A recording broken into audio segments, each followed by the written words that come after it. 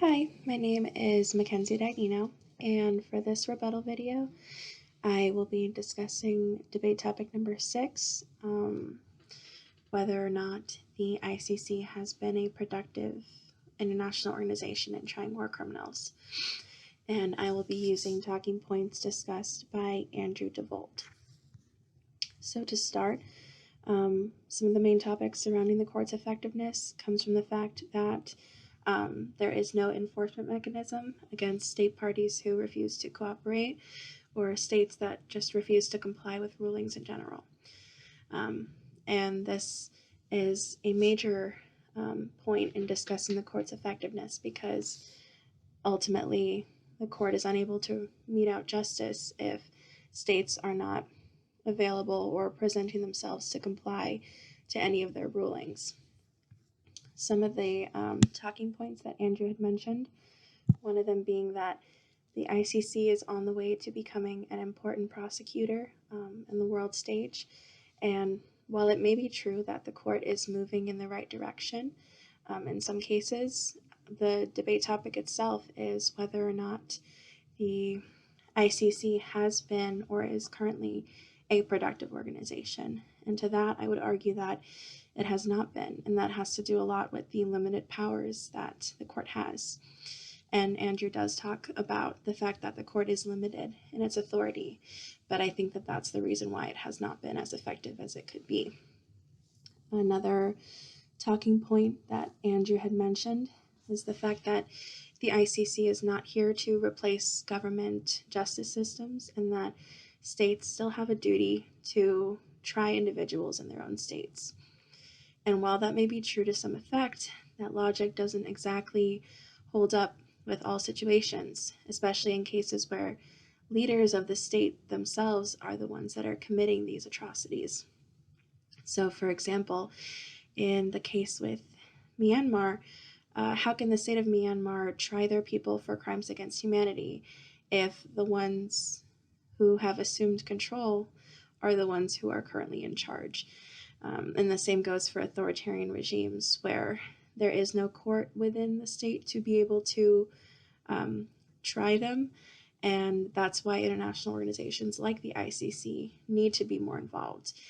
And one of the points he had mentioned was the fact that the ICC is seen as sort of a last resort, a last-ditch attempt in trying war criminals or in trying these types of cases, instead of it being at the forefront, instead of international organizations being the first point of contact for these types of cases.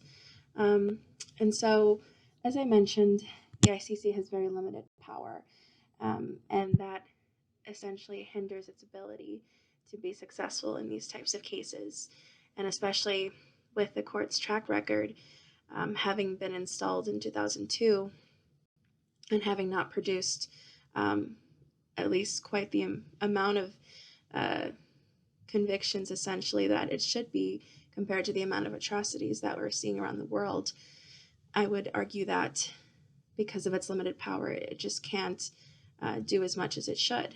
And to that extent, the ICC does not have a police force, and so they have to rely on other nations' policing systems and just in general other nations to cooperate on these matters. And so they're limited as to what they can accomplish. And the main problem behind it is the fact that major powers like the US, like China, are not involved in the court. They do not believe in the court's authority and do not legitimize the court. If the US were to get involved, it would provide the ICC with the support that it needs to be able to try cases on a much larger scale, as well as any of the financial contributions the US could offer, because currently the ICC is limited to the contributions coming in from Japan, Germany, France, and Britain.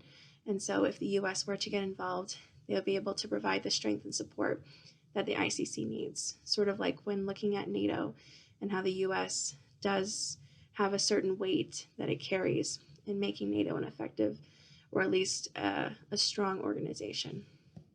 So ultimately, unless states recognize the court's authority, there's very little that can be done to make it more effective.